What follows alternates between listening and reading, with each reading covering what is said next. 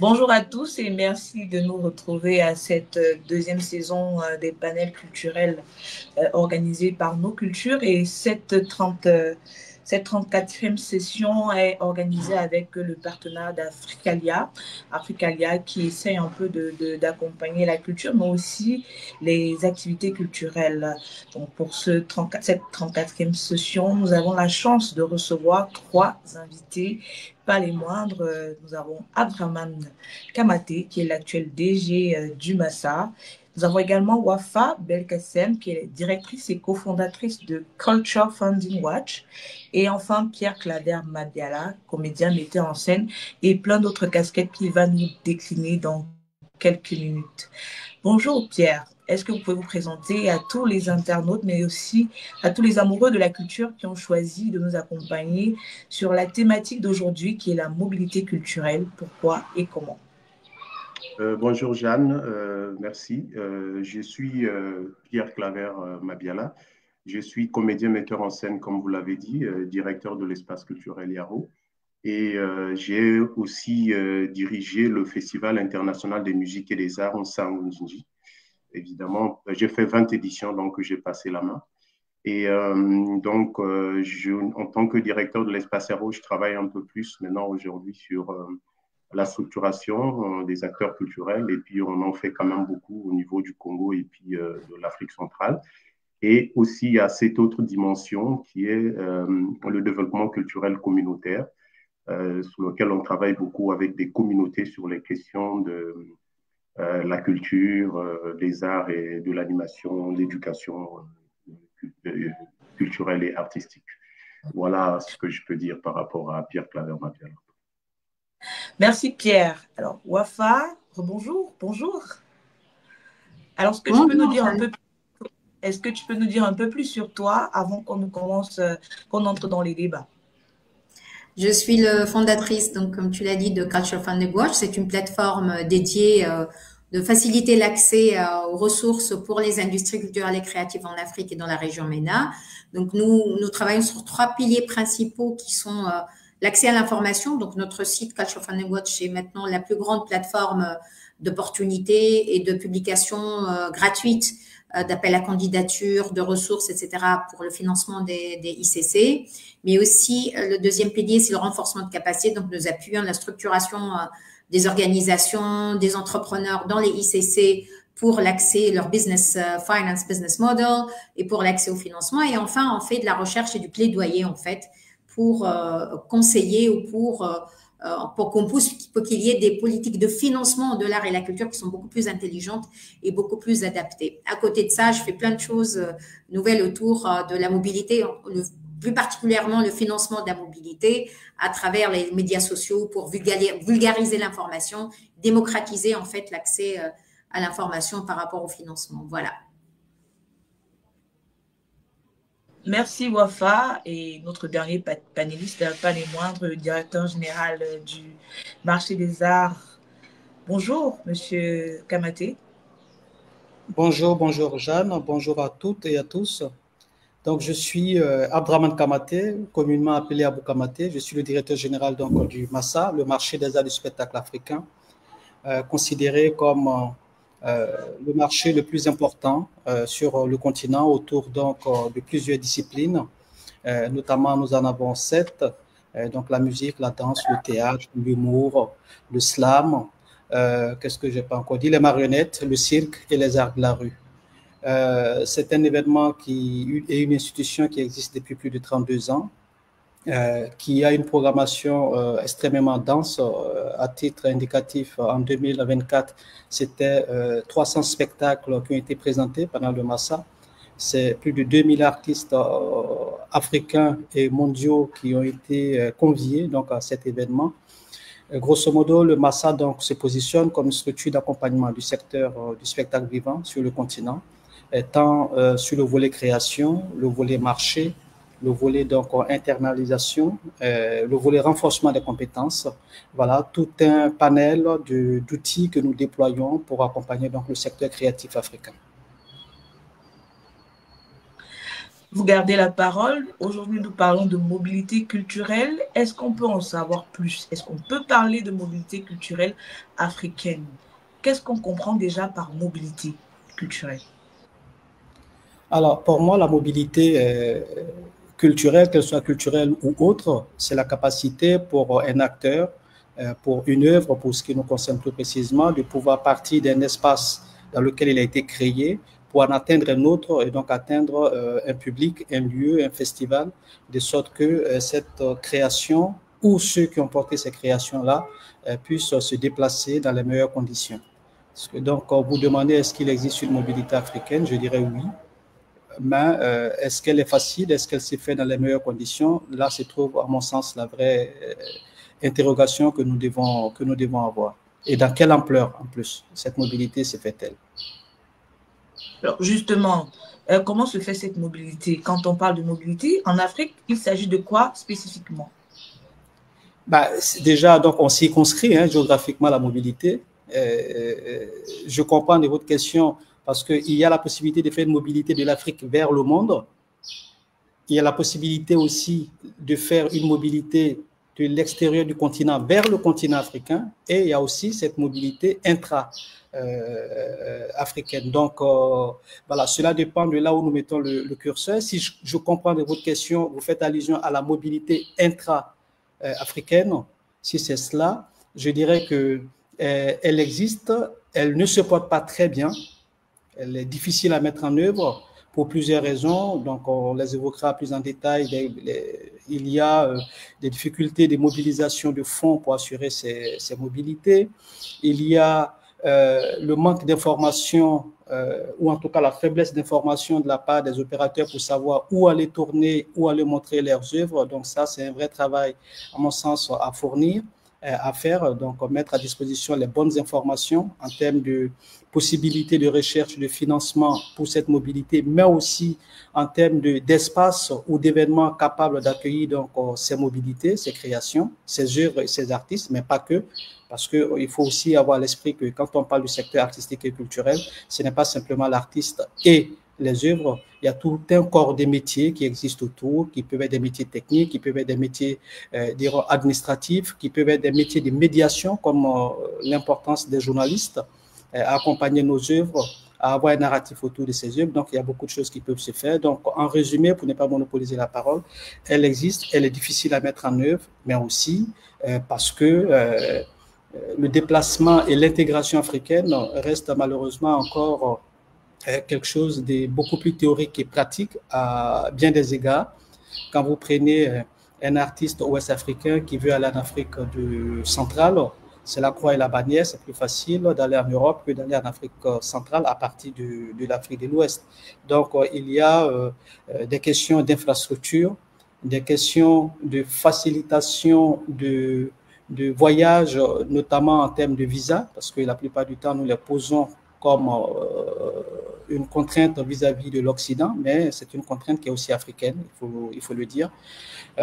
Donc voilà, je peux en égrener d'autres difficultés, les difficultés de liaison, ne serait-ce que aériennes, parce que les routes ne sont pas toujours praticables, même si en Afrique de l'Ouest, nous avons une petite chance à ce niveau-là. Vous avez des zones que j'appelle par exemple la côtière qui vous permet en une journée de faire Abidjan, Accra, Lomé, Cotonou, et même remonter jusqu'à Lagos ou par le Niger. Donc ça, c'est des possibilités qui existent, qui malheureusement commencent à être un peu moins utilisées compte tenu du contexte géopolitique aussi. Donc voilà, il y a une mobilité qui se fait, mais qui se fait au forceps, qui se fait par la volonté des créateurs, qui se fait par la volonté donc des professionnels du secteur artistique et qui n'est pas tout le temps accompagnée avec une volonté publique de nos États qui reste à renforcer par la mise en place de dispositifs d'accompagnement. Je prends le cas de la France que je connais le mieux puisque j'y ai fait ma carrière.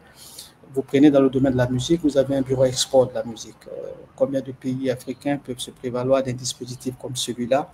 Ce n'est pas simplement donner de l'argent, mais c'est aussi avoir des institutions, des structures qui sont capables de prospecter des marchés sur lesquels nous pouvons propulser donc nos créateurs et leurs œuvres.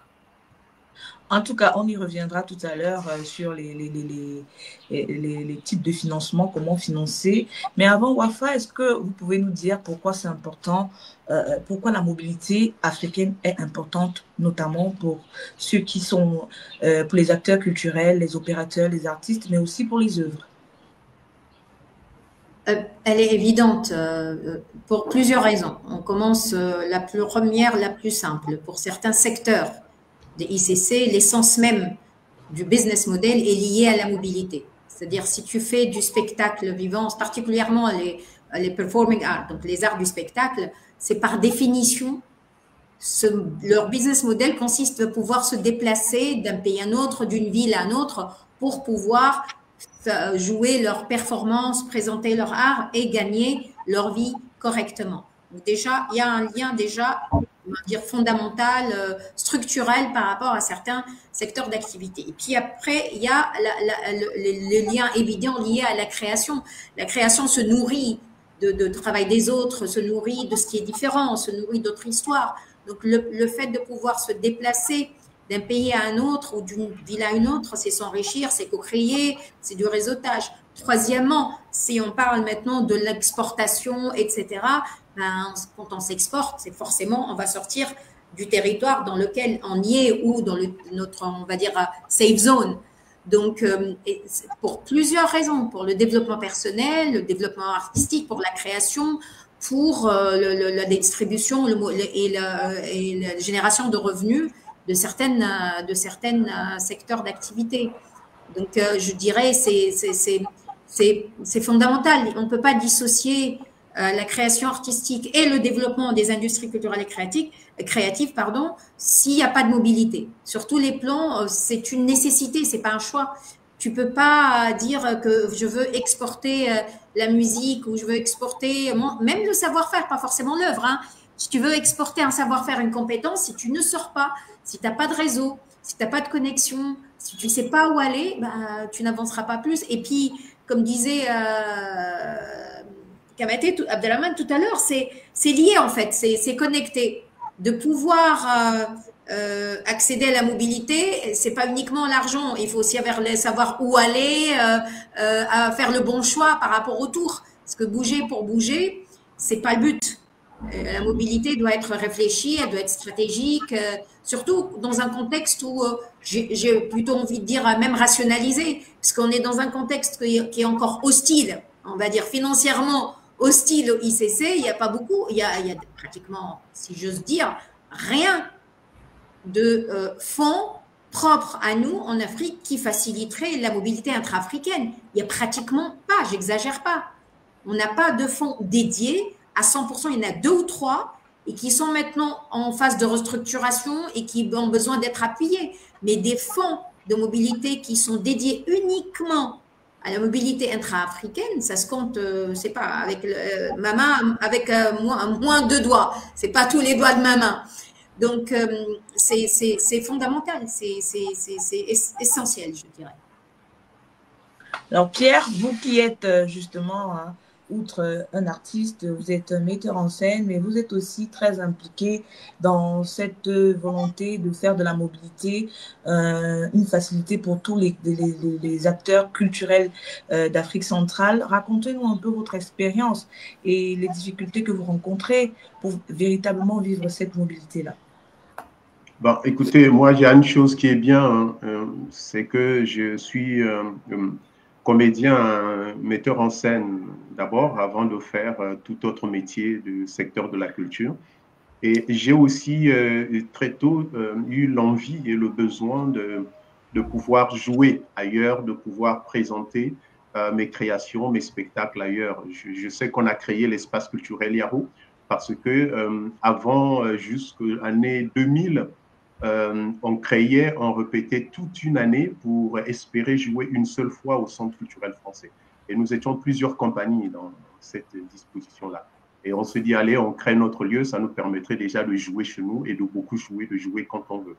Donc, moi, je pense que ces questions de la mobilité, c'est l'élément, en fait, qui valorise l'acteur, l'artiste, qui nous permet de nous mettre au devant de la scène pour dire que j'existe en tant qu'artiste, voilà.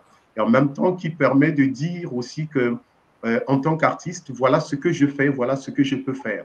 Voilà, ça, et pour moi, c'est des éléments un peu essentiels et primordiaux pour tout un travail. On peut travailler chez soi pendant des années. Si on ne peut pas arriver à aller le présenter à des gens, ses propres amis, ses parents, on verra toujours le travail parce qu'ils sont là, ils vous voient travailler.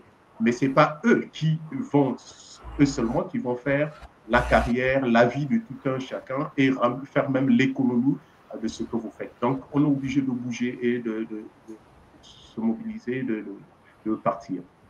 Et le directeur du Massa a parlé tout à l'heure de l'Afrique de l'Ouest. Oui, ça, c'est ce modèle qui nous a tous inspirés.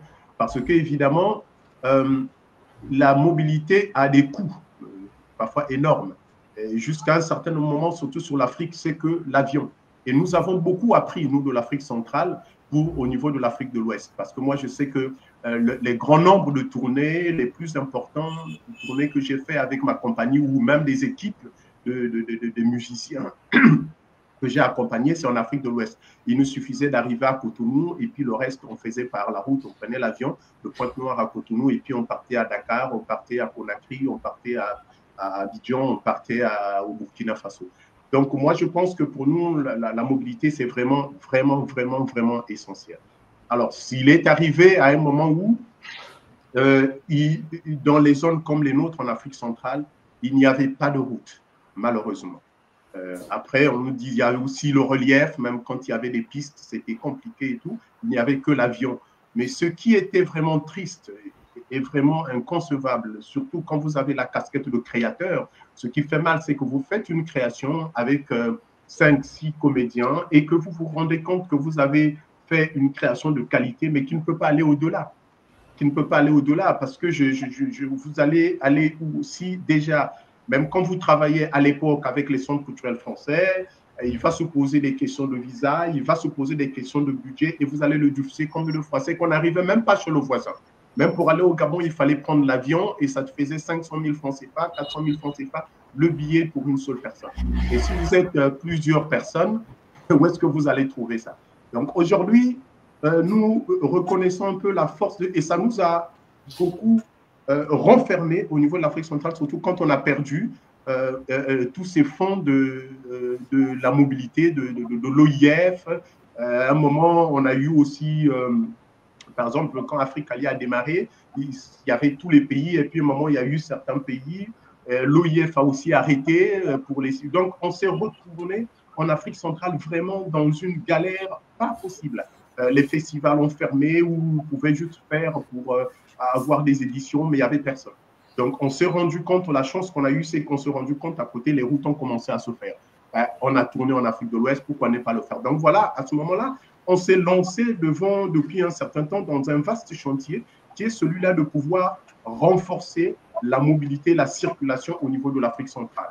Et là, avec les routes, on peut partir du Congo, on peut aller au Gabon, on peut aller au Cameroun, on peut aller au Tchad, on peut aller en Centrafrique, parce qu'évidemment, c'est ça qui nous permet de pouvoir montrer déjà ce que nous faisons, dire qu'on existe et aussi gagner de l'argent. Parce que même les festivals qui vous prennent, un festival, il va voir le coût de ce que l'équipe va représenter. Les billets d'avion, les hébergements, la restauration, le cachet. Donc, parfois, on est rétracté en tant qu'organisateur d'événements. Mais quand on a la mobilité qui nous facilite, évidemment, qui est le poste qui prend le plus d'argent, quand la mobilité facilitée, ça fait qu'on peut facilement circuler, on peut plusieurs fois jouer et on peut de temps en temps avoir des cachets pour les artistes. Et il y a cette autre dimension aussi qui est les hommes, les professionnels. Je fais une création à Pointe-Noire, ben, j'ai envie de prendre un artiste qui vient du Cameroun. Ça, il faudrait bien qu'il bouge, qu'il vienne. Je suis directeur d'événements, j'ai envie d'aller à un festival au Cameroun, ben, il faut que je bouge. Donc voilà, c'est un peu tout ça, ces contraintes, cette nécessité-là, ce qui fait partie de notre travail, voilà, ce qui fait partie de notre travail, du travail d'acteur, du travail du professionnel, ben voilà, qui est l'élément important, parce que je pense que c'est l'un des plus importants. Et donc voilà, au niveau de l'Afrique centrale, donc, nous avons lancé ce projet-là qu'on appelle RAC, qui est la route de l'artiste en Afrique centrale, qui nous a permis de faire une cartographie des acteurs culturels dans différents pays de l'Afrique centrale et des circuits routiers aussi. On s'est amusé à donner les distances. Quand vous partez de Pointe-Noire pour aller jouer à Libreville, ben, vous allez à Dolisie, à 200 km de Pointe-Noire, ben, vous allez prendre la route pour amener à la frontière du Gabon, le temps que ça fait, les moyens qu'il y a. Même quand c'est des moyens pas trop bien nantis, on explique tout ça pour permettre à l'artiste de pouvoir prendre l'engagement lui-même de dire je vais. Et si l'avion, j'y arrive dans 2 heures, par la route, j'y arriverai dans 1 jour ou 2 jours, mais au moins, je peux aller parce que j'ai les moyens de le faire. Donc, c'est aussi, le projet RAC, c'est aussi donner la possibilité aux compagnies qui n'ont pas les moyens de pouvoir circuler aussi parce que c'est à moindre coût et puis de pouvoir l'organiser. Après, il y a évidemment d'autres défis, c'est sur lesquels nous sommes en train de travailler. Peut-être qu'on en parlera Merci Pierre. On a embrayé directement sur la seconde partie de nos échanges. Mais avant de passer la parole à Monsieur Kamaté, Abdraman sur la question, il voulait ajouter quelque chose au sujet de la première question? Oui, très rapidement. Je pense que là, c'est une remarque parce qu'en général, chaque fois que je participe à des discussions autour de la mobilité, nous la centrons toujours sur la mobilité soit entre États et la mobilité entre continents. Je pense qu'il faut avoir une vraie réflexion aussi sur ce que moi j'appellerais les mobilités nationales. Là, Pierre parlait effectivement de pouvoir partir au Gabon. Mais voilà, je crois que ce que je vais dire n'est pas qu'une réalité congolaise. Combien de possibilités ont nos artistes pour montrer leur création déjà dans leur propre pays? Donc ça, c'est une mobilité qui doit être aussi au cœur de nos réflexions. La possibilité d'abord de montrer à nos publics, au maximum de nos publics, avant donc de chercher à montrer ailleurs. Donc ça, c'était un point d'attention pour ma part. Et puis, je vois aussi que la plupart du temps, les débats autour de la mobilité sont limités à la question de comment montrer les œuvres, comment faire en sorte que les artistes puissent aller se vendre. Je pense que dans notre réflexion également, il est extrêmement important d'envisager la mobilité comme une possibilité de partage d'expérience, une possibilité de partage des savoir-faire et faire en sorte que nos créateurs et les différents corps des métiers qui gravitent autour de ces créateurs-là puissent aussi avoir des opportunités de se déplacer pour aller apprendre, pour aller donner aussi leur expérience. C'est pour ça que je parle de partage, parce que la plupart du temps, nous considérons qu'en allant en Europe, nous allons pour apprendre, mais nous allons plutôt pour partager, parce que nous avons des choses que l'Europe non plus n'a pas. Et donc, ce partage de compétences, de renforcement des compétences, me paraît extrêmement important. Je finirai là-dessus pour juste 2 petites choses. Les infrastructures, Pierre l'a évoqué, mais moi j'ai fait une petite expérience en Afrique de l'Ouest. Je n'étais pas encore au Massa, puisque je gérais aussi un programme européen qui avait un volet sur cette question de mobilité, où j'ai pris l'avion de Paris à Cotonou, et après j'ai fait par la route Cotonou, Lomé, Lomé-Accra, Accra-Abidjan. La route est impeccable, mais les tracasseries sont énormes. Parce que simplement, les textes communautaires qui permettent la libre circulation des biens et des personnes ne sont pas appliqués. Et ensuite, il se trouve que les dépositaires donc, de la loi sur la route ignorent tout du secteur culturel.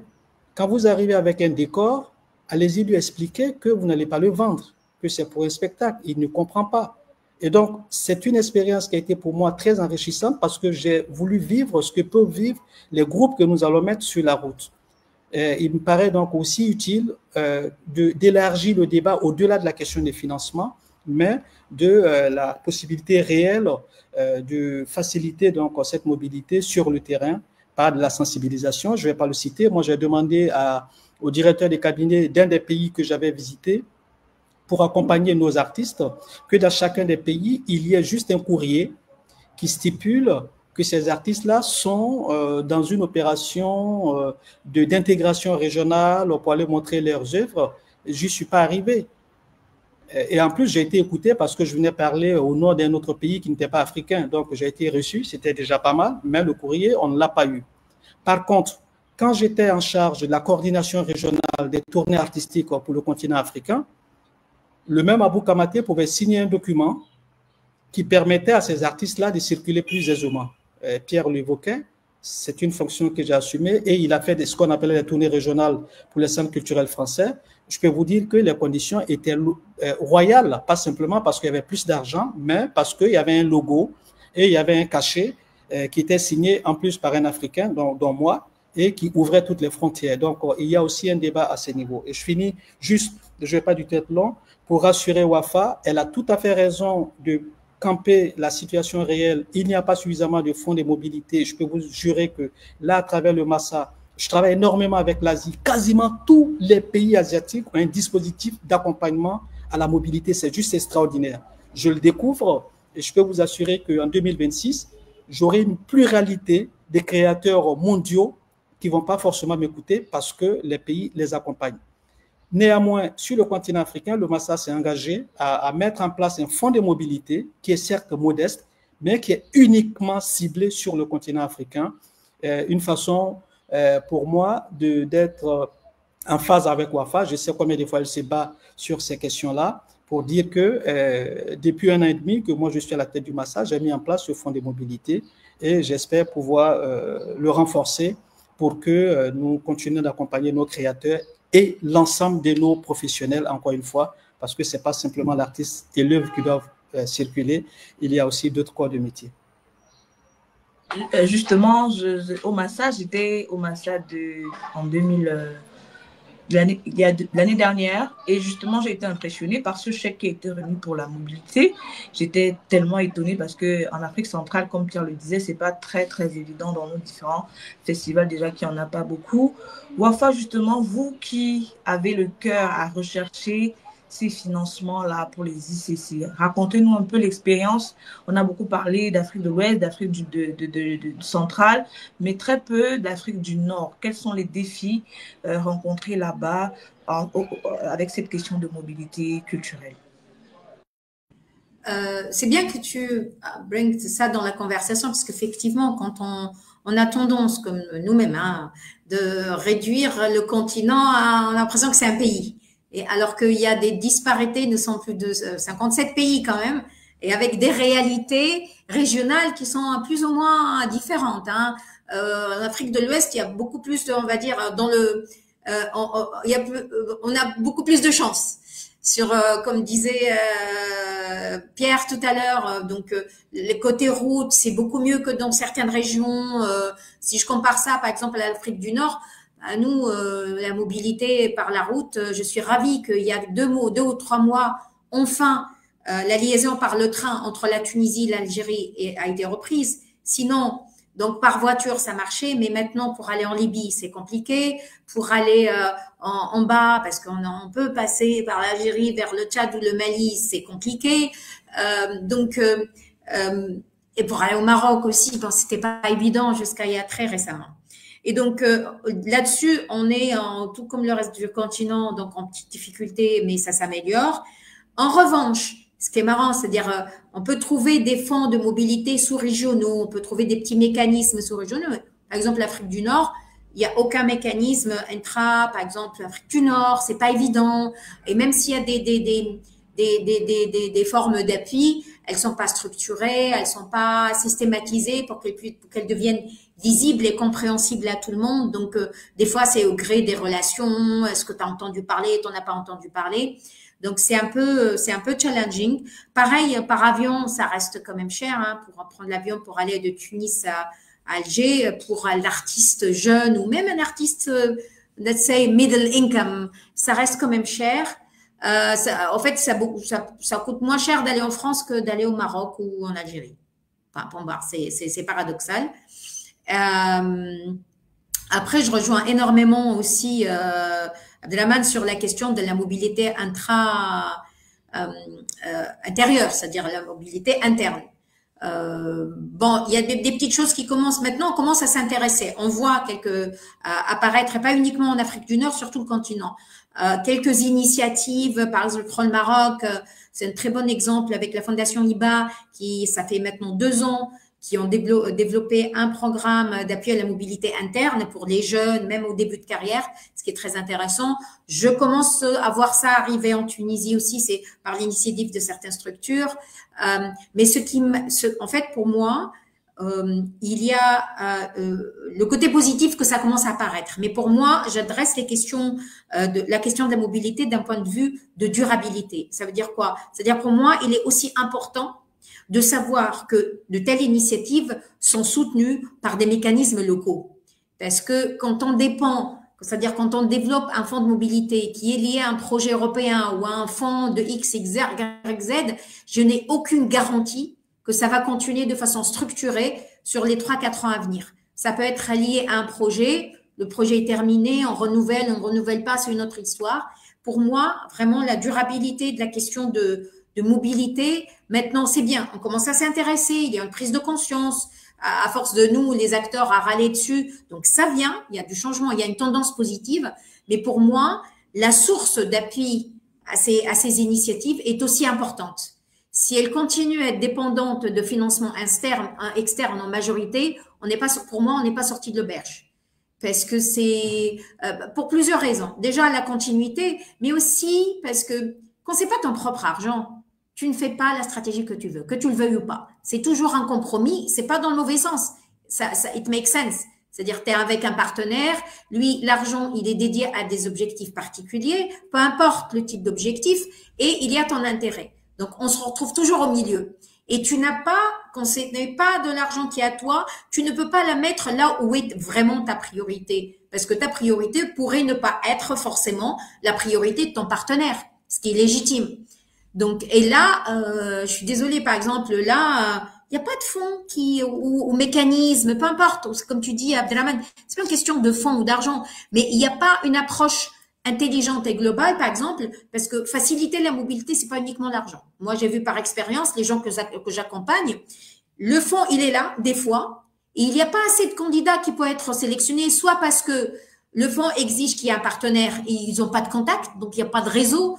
À quoi ça sert de partir dans un pays où tu n'as pas quelqu'un qui va t'aider à découvrir, à te connecter, etc. Que ce soit pour des besoins de performance, donc tu vas jouer, ou, comme disait Abdelrahman tout à l'heure, pour des besoins de développement personnel, de compétences, de savoir-faire, si tu n'as pas le contact ou la personne, le point d'entrée qui va t'aider à vraiment maximiser, avoir un vrai impact, tu vas passer quelques jours de tourisme et tu vas revenir. Tu n'auras pas vraiment un vrai impact. Et du coup, tu as beaucoup d'opportunités que des artistes ou des acteurs culturels et des professionnels vont rater, tout simplement parce qu'ils n'ont pas le réseau qu'il faut, ils n'ont pas le point de contact, ils ne savent pas où aller. Et donc, on a du coup encore plus des opportunités ratées. Donc, résultat, quand on ne sait pas notre argent, cette approche holistique que mentionnait Abdelrahman tout à l'heure, donc au-delà de financer le billet d'avion, etc., ne peut pas être faite. Et encore moins être faite vers les priorités qui pourraient nous intéresser. Par exemple, aujourd'hui, le potentiel de partenariat, que ce soit d'échange de compétences, de savoir-faire, d'innovation, de business avec l'Asie ou l'Amérique latine est beaucoup plus intéressant d'un point de vue, mais je parle business pur, d'un point de vue logique de business. Pourquoi je vais vers un marché, je me bats pour aller vers des marchés qui sont matures et saturés, très compétitifs, alors que j'ai d'autres endroits où on demande qu'à découvrir le savoir-faire, l'intelligence, la créativité de notre continent. Alors là, va chercher le fonds de mobilité qui va aider un Malien pour aller à la Biennale de Tokyo ou pour aller, je sais pas quoi, en Thaïlande ou au Sri Lanka. Donc, c'est la croix et la bannière.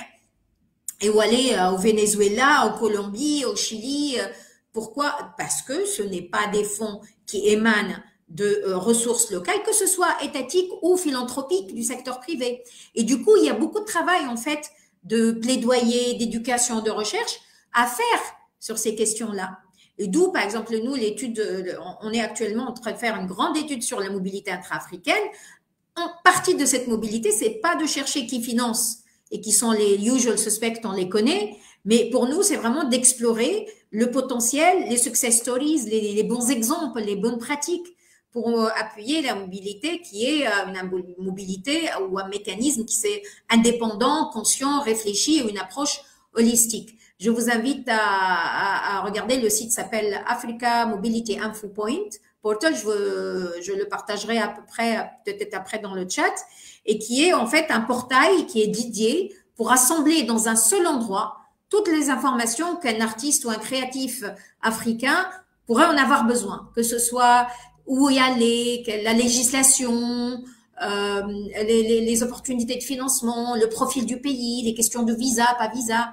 Donc, on essaye de créer un point qui facilite l'accès à tout ça. Voilà. On rappelle que Africalia, qui est notre partenaire d'aujourd'hui en tant qu'organisateur de ce panel, accompagne aussi les opérateurs culturels en Afrique et œuvre beaucoup pour la mobilité à travers des programmes. Voilà, comme ce panel aujourd'hui. Il y a aussi, vous parliez tout à l'heure des fonds d'aide des autres pays. Il y a la commission, je crois, la commission d'Afrique la commission indienne, je crois, la commission de l'océan Indien, qui a un fonds de mobilité pour les pays d'Afrique de l'Est, par exemple. Et je pense que ça marche plutôt bien, peut-être parce qu'ils ont trouvé assez de partenaires. Je vais vous redonner la parole, Wafa, pour qu'on parle justement des stratégies, des stratégies qu'on peut avoir pour que l'Afrique n'ait plus tellement besoin de ces fonds, mais que nous-mêmes, nous puissions trouver des moyens d'assurer la mobilité avec ce qu'on a. Oui, alors dans le cadre de l'étude dont je vous ai parlé, on va la publier assez bientôt, j'espère. Justement, on a essayé d'identifier les bonnes pratiques et les success stories. J'en ai vu deux qui m'ont particulièrement impressionnée. Et une par sa simplicité, c'est tout simple, tout logique, pas besoin de... Et l'autre par son ingénuité. Alors la première, ça vient du Niger. Le Niger, comme on sait, dans tous nos pays, les fonds de l'État sont limités, les moyens, et on fait avec ce qu'on peut. Et la personne en charge me dit, j'avais un dilemme. Soit le peu d'argent que j'ai, ça va au mieux soutenir 5, 6 artistes et l'argent, il est dépensé, ou de façon intelligente, je l'investis pour qu'il dégage plus d'impact. En fait, ils ont fait le choix d'acheter un bus.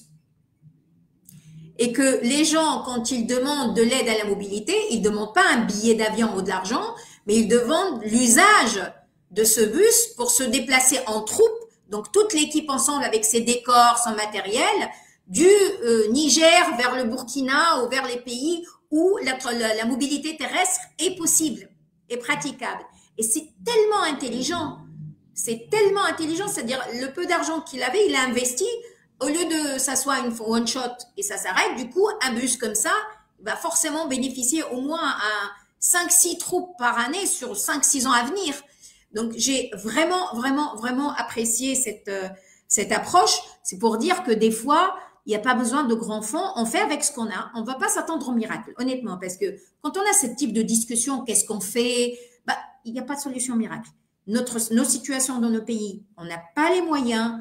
Il y a très peu de ressources. Donc, la demande, c'est-à-dire l'approche de taper encore plus sur nos décideurs, je ne justifie pas, je n'essaye pas, comment dirais-je, de minimiser la responsabilité de l'État là-dessus. Sauf que c'est une réalité. Donc, ça sert à rien de taper et dire donner plus, alors qu'on sait qu'ils n'ont pas les moyens de donner plus. Mais en revanche, on pourrait justement identifier ces bonnes pratiques, les promettre, faire la promotion pour que d'autres pays s'en inspirent, et essayer de trouver en interne des trucs ingénieux pour soutenir la mobilité.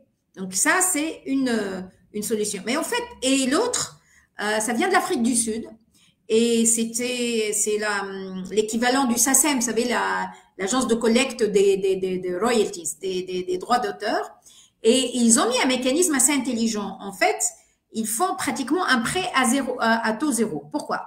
Parce que comment ça fonctionne aujourd'hui, au jour d'aujourd'hui? Pour accéder à une bourse de mobilité, l'artiste, ils sont dans, en fait, la façon dont c'est géré l'appel à candidature, soumettre, traitement de dossier, ça tombe jamais pile poil avec les festivals. Parce que l'artiste, le temps qu'il sache qu'il a été sélectionné souvent pour participer à un festival, c'est quelques semaines, alors que les fonds de mobilité, la procédure prend au moins un mois à un mois et demi. Donc, les agendas, en fait, pour qu'ils puissent sécuriser son billet et qu'il sache sûr qu'il est invité à un festival, ça coïncide jamais. Donc, qu'est-ce qu'ils ont proposé? Ils ont dit, nous, les artistes qui sont inscrits dans cette agence donc, de collecte des droits d'auteur, on sait plus ou moins par an quel est leur revenu. Et par ce calcul-là, en fait, l'agence leur permet de récupérer des avances sur leurs royalties. Comme ça, ils peuvent planifier, ils ont un fonds en fait réactif et très rapide, même à 2 semaines avant, ils sont capables de dire voilà, j'ai été accepté, j'y vais, je demande, je ne sais pas, 3 000 €, alors que bon, mon historique montre que chaque année, moi, je collecte 3 000 ou 4 000 ou 5 000 par an, et voilà. Et à la fin de l'année, c'est déduit des royalties que l'agence lui doit. Donc, c'est un modèle qui est super intéressant à explorer. C'est assez récent. Ils sont en train de le voir, mais je trouve que c'est assez intelligent. Parce que souvent, l'artiste, il peut se débrouiller. C'est-à-dire, on a des cas où la mobilité, c'est une question plus de cash, un problème de cash qu'un problème de capacité. Et lui, s'il a suffisamment de cash pour couvrir ce qu'il peut aller, son spectacle, sa tournée lui ramènera 2 fois plus et il rentrera dans ses frais. Donc, pour ce cas de figure, je dis pas que ce modèle marche pour tout le monde, mais en fait, ce dont on a besoin dans un écosystème, c'est d'avoir tous ces mécanismes en même temps. Et comme ça, parce qu'on a des artistes et des créatifs et des acteurs culturels qui ont des besoins différents, qui ont des contraintes différentes et qui ont des objectifs différents. Pour qu'on ait des écosystèmes propices qui soutiennent correctement la mobilité, il faut en fait varier tous ces mécanismes. Ceux qui ont les moyens et que pour eux c'est une question de cash flow, il y a comme l'exemple en Afrique du Sud. Ceux qui démarrent, ils n'ont pas les moyens, il y a l'exemple du Niger, le bus. Ceux qui sont entre deux, eh bien il y a le fonds comme pour le fonds du Massa, etc. Donc on n'a pas, en fait, il n'y a pas une solution unique. Il faut avoir une approche holistique et il faut diversifier les mécanismes, diversifier les objectifs. Troisième et dernier point, et ça va de pair. Pour que ça arrive, il faut beaucoup de travail sur, Abdelrahman l'a convoqué aussi, parce que c'est pas uniquement un problème d'argent, de règlement, de connaissances. Donc, il y a beaucoup de travail de plaidoyer à faire. On doit éduquer à la fois les acteurs culturels, comment accéder au financement, mais aussi les décideurs, quels sont pour qu'ils nous aident à abattre toutes les barrières qui sont là. Donc, il y a un travail collectif de vulgarisation de l'information, de nagging, comme on dit. Il faut aller voir, leur expliquer, etc. Et aussi d'éducation pour les philanthropes locaux. Il faut qu'on travaille pour que ceux qui donnent, le secteur privé, les RSE, le crowdfunding, tous ces mécanismes-là, pour que ça marche, il faut aussi éduquer nos donateurs, nos sponsors. Donc, il faut qu'on fasse énormément de travail et on va pas récolter le résultat de ça en 1 année ou 2. Là, on travaille sur 4-5 ans pour que dans 4-5 ans, on a enfin ces écosystèmes où tu as les décideurs, tous ceux qui sont en charge de la réglementation, les lois, les laissez-passer sont au courant et mettent en place des mécanismes qui fonctionnent et qui facilitent ça. On a des sponsors, des bailleurs, des fondations locales, des gens riches locaux qui maintenant, au lieu de donner n'importe comment, en conscience que, attends, tu le donnes de toutes les manières, mais fais-le de façon plus structurée et qui est du long terme. Et à la fin, on a les artistes aussi, les créatifs, à qui on a créé, on facilite pas uniquement l'accès à l'argent, mais on facilite la connection, tu vas là-bas, tu contactes telle personne, tu travailles avec telle personne, on leur facilite la création de ce réseau qui veut leur permettre d'être mobile. La mobilité, c'est pas uniquement l'argent, la mobilité, c'est la réglementation, le réseau et les moyens financiers. Voilà, je m'arrête là. Merci Wafa, très intéressant. On va revenir tout à l'heure. Le temps de demander à Pierre de nous parler, lui qui est investi également dans une action régionale, sous-régionale. Comment ça se passe avec les bailleurs de fonds? Comment ça se passe avec les autorités de la CEMAC?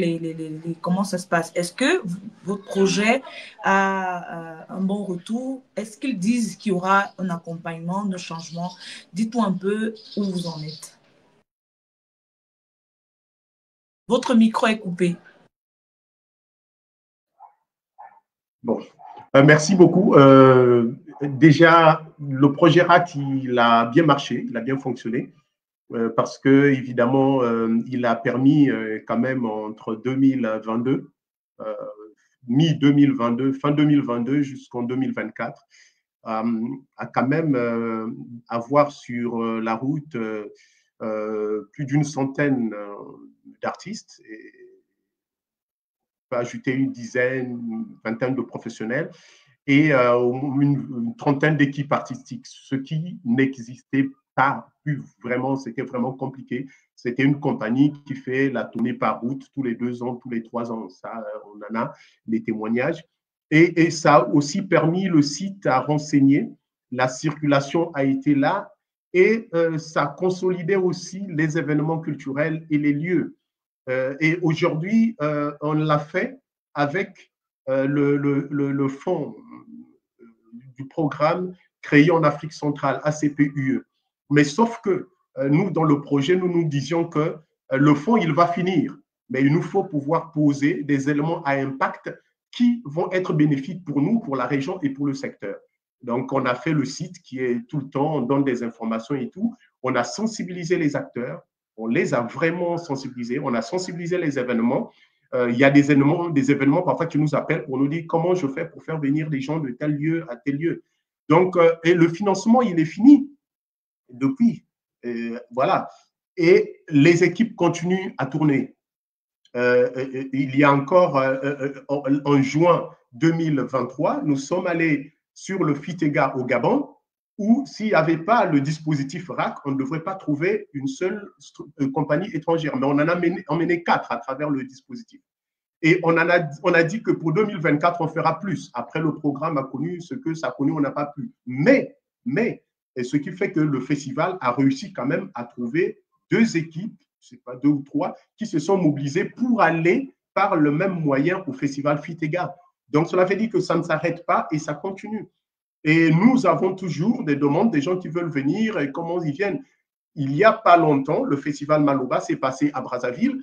Vincent Mambachaka est venu avec une équipe camerounaise et puis française. Ils ont fait la route pour arriver jusqu'à Brazzaville où ils ont joué. Voilà, donc ce qui est bien, c'est que c'est resté. Et moi, je vous parle comme ça parce que je ne vais pas directement vous répondre sur les bailleurs, les financements. Je ne sais pas, moi, comment est-ce qu'il faut le faire. On va chercher, on continue à chercher, mais au moins, c'est de travailler sur des mécanismes qui restent, qui peuvent permettre aux compagnies de s'organiser. Par exemple, il faut que le professionnel, l'artiste, quand il monte sa création, pour ceux qui sont dans la création, qu'il intègre les questions de mobilité dès le début. Comme ça, il va commencer à travailler avec ça. Moi, si je vais, par exemple, au Gabon, je crée, et je pense que je dois aller au Gabon, comme disait Kamaté tout à l'heure, il y a la mobilité à l'intérieur du pays. Évidemment, pour le site RAC, vous verrez qu'on n'a pas pris seulement, pour le cas du Congo-Gabon, on n'a pas pris seulement Brazzaville, Pointe-Noire, Libreville. Nous, on a pris Pointe-Noire, Dolisie, Nyanga, les autres villes qui sont sur la route. Donc, que les artistes intègrent aussi ces questions de mobilité dès le début pour savoir, par exemple, que moi, je vais créer mon spectacle, là, je peux aller le jouer à Dolisie. À Dolisie, je suis proche du Gabon, je peux arriver, ainsi de suite. Même si je n'ai pas des grands moyens, je peux avoir un bus qui peut permettre de pouvoir le faire pour aller de l'autre côté. Donc, tous ces éléments-là sont donnés. C'est des choses que nous sommes en train de faire. Et l'autre côté, c'est que dans tout cela, évidemment, le directeur du Massa l'a dit tout à l'heure aussi, tout ce qu'il y a comme tracasserie sur la route. Au début, quand on a commencé, c'était compliqué. Moi, j'ai fait, je ne le referai plus jamais parce que c'était compliqué. Le pays, il est le nôtre. La sous-région, elle est la nôtre. La mobilité, c'est pour nous. Les moyens, on ne les a pas. On change de métier. Mais si on fait, il faut qu'on trouve un certain nombre d'éléments, comment est-ce qu'on peut arriver à relever un certain nombre de défis. Moi, j'ai envie de dire qu'au niveau de l'Afrique centrale, les choses commencent à aller un peu mieux. Parce que du début, quand on a commencé le programme, les premières équipes qui étaient en train de circuler et les dernières équipes d'il y a avant-hier, ainsi que la semaine dernière, les choses changent normalement. Et la chance qu'on a un peu sur ce programme-là, c'est que au niveau de la CEMAC, ils sont en train de travailler sur une stratégie culturelle. Et notre modèle RAC a été aussi expliqué, évidemment, et les experts qui travaillent sur la politique culturelle de la CEMAC ont compris l'importance de ça. Et la CEMAC pense même, l'institution sous-régionale pense même que renforcer la circulation par route, ça fait que ça va aider la sous-région parce que même sur la circulation, la mobilité par avion, il n'y a pas beaucoup de compagnies en Afrique centrale qui desservent la région. Et s'il y en a, ça coûte très cher. Mais par contre, les routes se font. Donc, si on encourage la mobilité par la route, ça permettrait aussi, sur un autre volet aussi de la politique culturelle de l'institution, c'est d'avoir des foyers d'expression culturelle dans les différentes villes des pays en dehors des grandes villes, des grandes capitales. Donc, voilà. Donc, nous sommes maintenant en train de travailler sur un plaidoyer, sur conduire des plaidoyers sur les institutions sous-régionales et sur les populations et les fonctionnaires qui sont sur la frontière. Actuellement, nous sommes en train de travailler sur un programme qui a répertorié sur le trajet Congo-Gabon 6 lieux qui sont sur la route, qui ne sont toujours pas connus, mais c'est dans des localités où il y a une concentration humaine, ou qui sont bien desservis, qui vont sur les frontières, qui vont sur les grandes villes. Et il y a des petits lieux là-bas qu'on veut renforcer par la formation des équipes, par pousser les équipes à aménager progressivement les conditions pour qu'il y ait vraiment de l'accueil des spectacles. Et nous sommes en train aussi on a même créé un spectacle de théâtre qu'on appelle Nzila, qui va être joué sur les routes de l'Afrique centrale. C'est un texte de Vandar, pour rassurer Kamaté, de Vandar Norsuma, juste 3 mots, qui montre des gens en train de voyager et en train de rencontrer ces situations-là. Donc, évidemment, ce texte-là va circuler, va être joué dans les frontières, sur la route, sur les localités, pour dire aux gens que les artistes, les gens ont besoin de bouger, ils ne font que leur travail et ça, il faut qu'on le leur reconnaisse. Donc, voilà un peu un certain nombre d'éléments sur lesquels nous sommes en train de travailler pour pouvoir relever certains défis et puis essayer progressivement à alléger les choses pour que ça devienne fluide, la mobilité, même si ce sera après nous. Mais on aurait commencé, et fait. La mobilité culturelle, elle n'est pas que pour les artistes, n'est pas que pour les opérateurs culturels, mais aussi pour les journalistes et les critiques d'art que nous sommes. Je rappelle qu'avec nous, voilà, avec nos pour tout le monde, nous avons sur les textes de l'intégration sous-régionale la libre circulation des personnes et des biens. Donc, évidemment, on l'a pour tout le monde. Hein. Donc, voilà, soyez rassurés que c'est tout le monde. Et notre dispositif aussi a profité à tout le monde, pas que les artistes, a profité aussi aux journalistes, a profité aussi à même certains commerçants, a profité à certaines choses. Hein. Et de toutes les façons, si vous allez sur le site, nous essayons de mettre en avant tous les différents corps qui ont une implication sur la circulation de la mobilité, pas que les artistes ou les acteurs. Merci Pierre. Avant de donner la parole à Abdraman, je voulais juste souligner que nos cultures qui organisent ce panel avec comme partenaire Africalia est aussi très engagée dans la mobilité des journalistes et critiques d'art. Vous voyez notamment, moi je suis au Cameroun, mais je suis très souvent en voyage, en déplacement dans des festivals en Afrique du Nord, en Afrique de l'Ouest, un peu partout, pour pouvoir justement rendre compte et parler justement de ce qui est fait. Et c'est grâce au partenariat que nos cultures, nous, avec les festivals, avec d'autres partenaires, c'est eux qui nous permettent de nous déplacer. On se déplace comme on peut, mais il faut que la culture se fasse connaître et on essaye d'être toujours engagé. Vraiment, on va prendre, vous qui êtes le directeur général du marché des arts du spectacle d'Abidjan, vous êtes très aux côtés de tous ces acteurs-là, donc acteurs culturels, opérateurs. Racontez-nous, vous avez parlé tout à l'heure de ce qui est déjà fait et de ce qui va être fait. Si on pouvait revenir un peu sur les différentes difficultés, expériences que vous avez rencontrées, vous qui êtes tout aux côtés d'eux, parlez-nous un peu de comment ça se passe. C'est très difficile, mais vous, qu'est-ce que vous pensez? Alors, oui, c'est difficile, mais ça se fait, donc c'est déjà pas mal. L'expérience du Fonds de mobilité donc, du Massa, nous en sommes à la première année. Ce que nous retenons, c'est que de très positif, c'est que la mobilité est un facteur d'enrichissement financier pour nos créateurs, mais aussi pour les lieux et les festivals qui les accueillent. Donc, nous contribuons à travers la mobilité au développement économique de nos pays et du continent. La difficulté, elle reste sur la capacité des artistes à trouver des compléments à ce que nous sommes en capacité de leur donner comme moyen financier pour qu'ils puissent effectivement se déplacer. Et ça, je l'ai constaté. La deuxième difficulté, pardon, parce que le premier point, c'était plutôt un résultat positif que nous avions noté. Donc, la deuxième difficulté, ici, c'est aussi la capacité à pouvoir enchaîner plusieurs dates dans un même pays sans que nous ne partions sur du one shot. Parce qu'il est un peu compliqué de payer le déplacement d'un artiste qui vient juste pour une date et après plus rien. Donc, comment réussir à monter une vraie tournée quand il s'agit par exemple du spectacle vivant, de sorte à pouvoir rentabiliser au mieux donc les finances et les moyens qui sont mis à disposition. Voilà un peu ce que nous avons constaté. Et donc, l'idée pour nous, c'est que en plus des artistes, le Massa soit un acteur engagé à la recherche donc de lieux, à la recherche d'opportunités pour ces artistes une fois qu'ils sont donc en tournée. Mais ce qui me paraît extrêmement important, parce que peut-être que je n'aurai pas encore droit à la parole vu le temps qui court, vous avez posé la question de savoir qu'est-ce qu'on peut faire. Qu'est-ce qu'on peut faire? Alors, je suis d'accord avec Wafa, mais il y a aussi des choses que nous pouvons demander au pouvoir public. Nos pouvoirs publics font déjà le maximum, mais on peut, dans ce maximum-là, réorienter un certain nombre d'actions.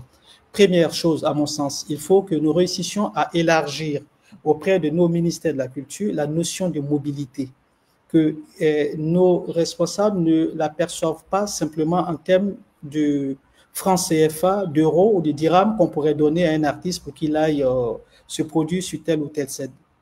Avec cette approche, on reste sur des coûts et donc on ne structure pas la démarche. Donc, si nous pouvons élargir cette notion pour dire que accompagner un artiste en mobilité, c'est certes peut-être lui donner de l'argent pour qu'il puisse payer ses billets ou louer son car, mais c'est aussi de lui donner des ressources pour qu'il puisse y aller, lui donner des informations nécessaires. Autre chose, il me semble utile au regard de mon expérience, et je rejoins tout à fait Pierre là-dessus, que nos États puissent mettre en place des structures. C'est pas du tout compliqué, on le fait dans d'autres domaines. Un genre d'interministériel qui implique par exemple le ministère de l'Intérieur, le ministère des Affaires étrangères, le ministère de l'Économie et des Finances, le ministère de la Sécurité, parce que quand on arrive aux frontières, on aura affaire à des policiers, à des douaniers et tout ça, pour que ces fonctionnaires-là, ces officiels-là prennent conscience de ce que c'est que la mobilité artistique. Et ça ne demande pas d'argent, c'est juste une question d'organisation qui peut se réunir tous les 6 mois ou d'ailleurs une fois par an si on n'a pas beaucoup de temps, qui permet de décanter beaucoup de choses et les instructions peuvent descendre exactement sur le terrain. Je pense aussi, autre piste de proposition, que dans les équipes ministérielles que nous avons, on peut aujourd'hui aisément s'embaucher ailleurs, puisque le privé a un peu du mal aussi à avoir des équipes dédiées. On peut avoir des équipes dédiées à la question de la mobilité dans nos ministères. Mais ces équipes-là doivent être spécialisées dans beaucoup de domaines. Ce n'est pas simplement celui qui sait l'économie du spectacle, mais c'est celui qui sait les textes régionaux d'intégration, qui pourra informer les artistes sur leurs droits et leurs devoirs lorsqu'ils décideront de se déplacer.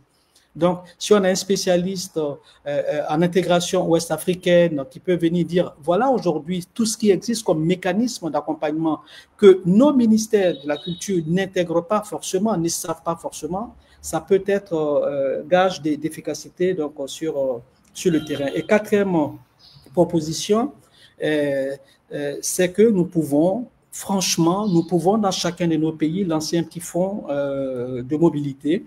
Aussi modeste soit-il, il faut absolument y songer parce que les retombées de ce que nous allons injecter comme fonds de mobilité sont beaucoup plus importants, tant pour le développement global, parce qu'un artiste qui se déplace, ce n'est pas simplement pour venir vendre des tickets d'entrée à son spectacle, mais aussi nous sommes des acteurs sociaux qui avons un impact réel. Et puis, quand on réussit à vendre son spectacle, il y a des retombées économiques qui peuvent être considérables. Voilà un peu les propositions que je souhaiterais faire. Certes, ces propositions sont plutôt ciblées vers l'action publique, mais elles sont importantes à mettre en place parce que cela viendra en complémentarité de ce que peut faire le privé. Je finis sur la question donc, des bailleurs de fonds. Il faut être réaliste. Si on pouvait se développer avec ces financements-là, voilà, beaucoup de choses auraient déjà été faites. Je ne nie pas l'intérêt de ces interventions, mais il faut de plus en plus revenir à des financements et à des initiatives endogènes. C'est cela qui peut être beaucoup plus impactant, parce que Wafa l'a si bien dit, les intérêts ne seront pas toujours les mêmes. Ils peuvent être carrément par moments divergents en fonction donc, des types de financement, mais la plupart du temps, comme c'est nous qui en avons besoin, ben, on les accepte tout en étant convaincus que cela ne nous est pas forcément utile. Voilà. Wafa, c'est vrai qu'on a beaucoup parlé de la mobilité intra, mais est-ce qu'on peut parler un peu aussi de la mobilité extra, l'internationalisation de nos œuvres et comment on fait pour voyager, enfin, comment on fait pour positionner les professionnels, mais aussi leurs œuvres sur la scène mondiale et créer des ponts culturels entre toutes les industries culturelles. Vous qui êtes une experte du domaine, dites-nous, donnez-nous des conseils. Comme je le disais tout à l'heure, c'est toute une stratégie. C'est-à-dire la mobilité, ce n'est pas, c'est-à-dire pour un artiste, il doit être accompagné sur son plan de mobilité. C'est pour ça que quand Abdelrahman mentionnait tout à l'heure, par exemple dans le cas de la musique, les institutions ou les organismes d'aide à l'export, parce que c'est pas uniquement donner de l'argent. Tu vas conseiller quelqu'un où y aller, parce que comme les ressources sont limitées, tant qu'à aller là où c'est l'essentiel. Donc selon le secteur, il y a des endroits, il y a des événements que tu dois y être, tu dois être présent. Donc, la mobilité internationale, elle a besoin à la fois du fonds, donc l'argent pour pouvoir payer le billet, etc. Mais on a aussi besoin de conseils et de pouvoir donner l'information suffisante pour qu'un artiste puisse, que ça ne devienne plus, je saute sur l'opportunité parce qu'il y a un fonds, et ça se comprend aussi, c'est légitime. Mais qu'on leur donne le ton, et en fait, l'artiste ou l'entrepreneur ou le professionnel de l'art et la culture aujourd'hui, pour la mobilité en général en Afrique, on est réactif. Et quand on est réactif, c'est-à-dire il y a une opportunité, tant qu'à faire, c'est mieux que rien, j'y vais. On est beaucoup moins impactant, on a beaucoup moins de résultats que quand on est proactif, quand c'est planifié, quand c'est stratégique, quand je me dis, moi, avec ce fonds-là, au mieux, je vais avoir une fois un financement, parce qu'on ne va pas financer les mêmes personnes 5 fois, donc s'assurer que ça compte, que j'ai une cartouche, que je tire pas à blanc. Tu vois ce que je veux dire? C'est-à-dire que je pars la fois où j'ai l'opportunité d'accéder à un fonds de mobilité, que je ne le perds pas pour aller à un endroit ou un événement ou rencontrer un pays qui n'est pas pertinent pour mes objectifs. Donc, on a besoin de structures, de programmes qui facilitent ce process-là, alors que ce soit beaucoup plus stratégique et que l'artiste sache que tu es dans la musique et que tu t'intéresses à la scène ou au marché asiatique, tu as besoin de savoir, tiens, quand j'y vais là, quels sont les endroits importants, quels sont les players importants, où est-ce que je dois aller, comment ça se passe. Donc, de l'appui, de la visibilité sur ce qui existe ailleurs quand on y va est très, très, très important. Donc, l'approche est la même, que ce soit en interne, entre africains ou extra-africains, c'est pareil, une approche écosystème.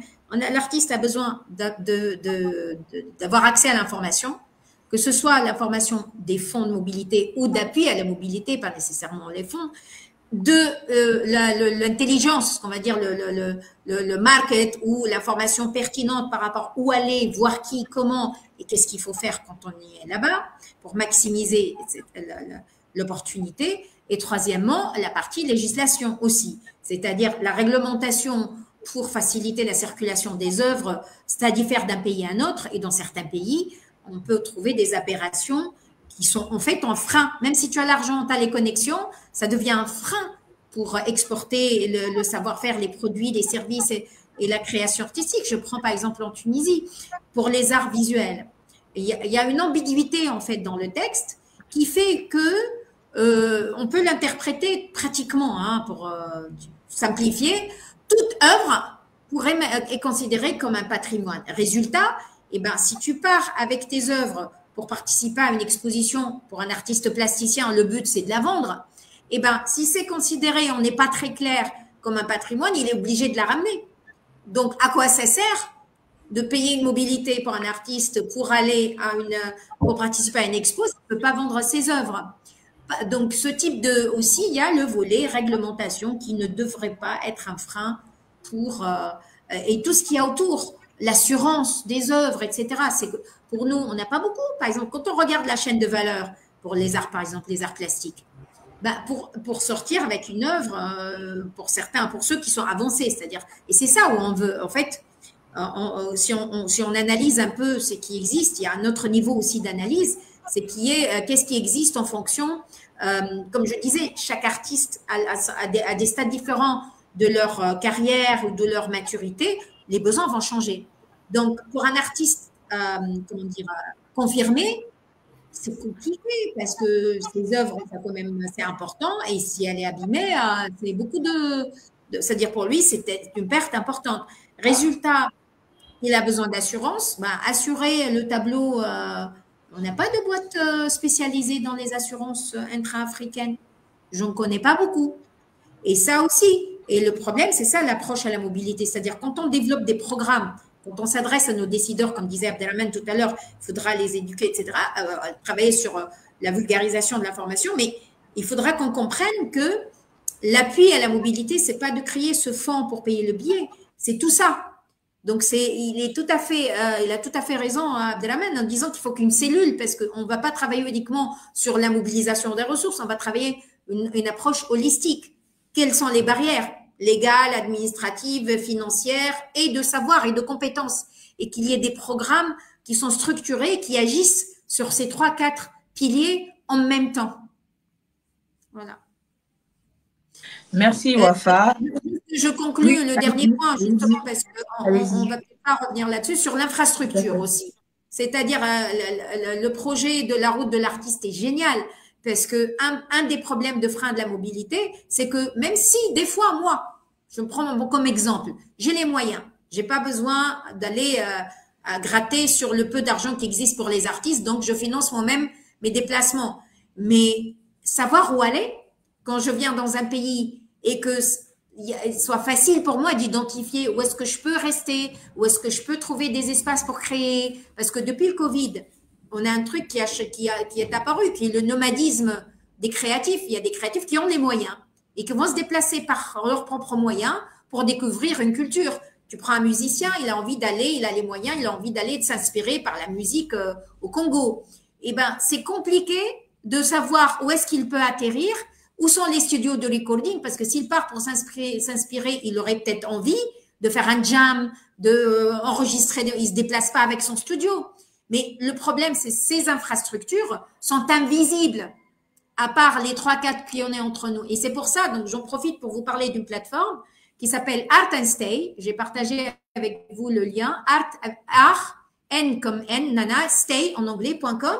Et c'est pratiquement le Airbnb des espaces artistiques. Donc tu montes ton espace, les gens peuvent booker et tu as la notification. Donc tu peux rendre ton espace visible à une beaucoup plus grande fourchette de users, que ce soit des créateurs de contenu, des artistes, des opérateurs culturels. Moi, je préfère 1000 fois, quand je vais dans une mission, payer la chambre, même s'il n'y a qu'un matelas et une moustiquaire, mais l'argent va pour un espace artistique, qu'aller au Hilton. Mais à chaque fois, je vous assure que c'est hallucinant. Imaginez que moi, avec mon réseau et mes connexions, à chaque fois, c'est la croix et la bannière pour pouvoir s'organiser. Donc, quand on a une plateforme comme ça, je sais, je book, ils savent, j'arrive, je paye sur place. Donc, ce type aussi d'infrastructure qui devrait aussi devenir visible pour faciliter la mobilité. Voilà, je conclue là-dessus. Merci Wafa, merci beaucoup. Pierre, juste un petit mot en deux petites minutes et puis on va donner à Abdrahman un dernier mot en une seule minute pour qu'il nous dise au revoir. Mais avant, on va saluer les gens qui nous ont retrouvés sur le chat. Il y a Nadi Doum Danem qui est là, qui nous suit. Il y a également Laurentine Asiga qui est la présidente du réseau des journalistes culturels du Cameroun qui organise en juillet prochain la Coupe du monde de la presse culturelle. On appelle ça Grand Prix francophonie. C'est aussi un endroit où les acteurs culturels peuvent se retrouver pour des showcases, mais aussi pour beaucoup d'activités pour parler d'eux et de leur travail. Pierre, en juste quelques petites minutes, un dernier mot. Ton micro. Voilà, moi je pense qu'en dernier mot, il faut aussi dire que sur les questions de mobilité aussi, moi je m'appuie beaucoup. Hein. Moi j'ai un regard un peu critique, j'ai peut-être tendance à beaucoup plus tirer sur les artistes parce que je suis moi-même, donc je peux tirer sur moi-même et je me connais mieux. Il faut que les artistes, les équipes artistiques surtout, sur lesquelles je m'appelle, qu'ils puissent bien préparer la mobilité, qu'il faut vraiment bien préparer la mobilité et il faut qu'ils aient les habitudes de pouvoir faire la mobilité. Comme on a dit tout à l'heure, mobilité locale, nationale, sous-régionale, régionale et puis internationale au-delà. Parce que quand on est bien rodé, quand on sait surprendre, on se trompe très peu et puis on peut mieux faire les choses. Et moi, je pense encore que il faut que les acteurs culturels aussi puissent s'informer et puis s'instruire sur comment fonctionnent les choses. Parce qu'une mobilité aussi qui n'est pas bien préparée, ben vraiment, ça peut remettre tout en cause. Voilà, donc moi je pense que il y a l'argent pour nous permettre de faire la mobilité, mais il y a aussi ce qu'on a autour de nous, comment on utilise, comment on réfléchit pour pouvoir y aller. Voilà, merci. Waf Belgassem qui nous retrouve, nous sommes à la fin de notre panel, mais vous pouvez retrouver toutes les informations sur sur le live. Tout à l'heure, il sera redirigé sur la plateforme de Africalia, mais aussi sur nos cultures, dont vous pouvez retrouver l'intégralité de ces échanges. Alors, Abdrahman, Abou, comme les intimes disent, un dernier mot avant qu'on ne clore ce panel. Merci beaucoup, Jeanne. Merci à tous les collègues ici pour la qualité donc de vos interventions. Donc, un dernier mot. Moi, j'inciterai nos opérateurs et nos artistes à désaxer un tout petit peu le regard. Parce que la mobilité, quand on l'envisage hors du continent, il y a d'autres régions du monde qui ont une envie, une soif d'Afrique. Et je peux vous dire que on peut y faire du business bien au-delà de ce que nous sommes capables de faire aujourd'hui sur les zones dites traditionnelles.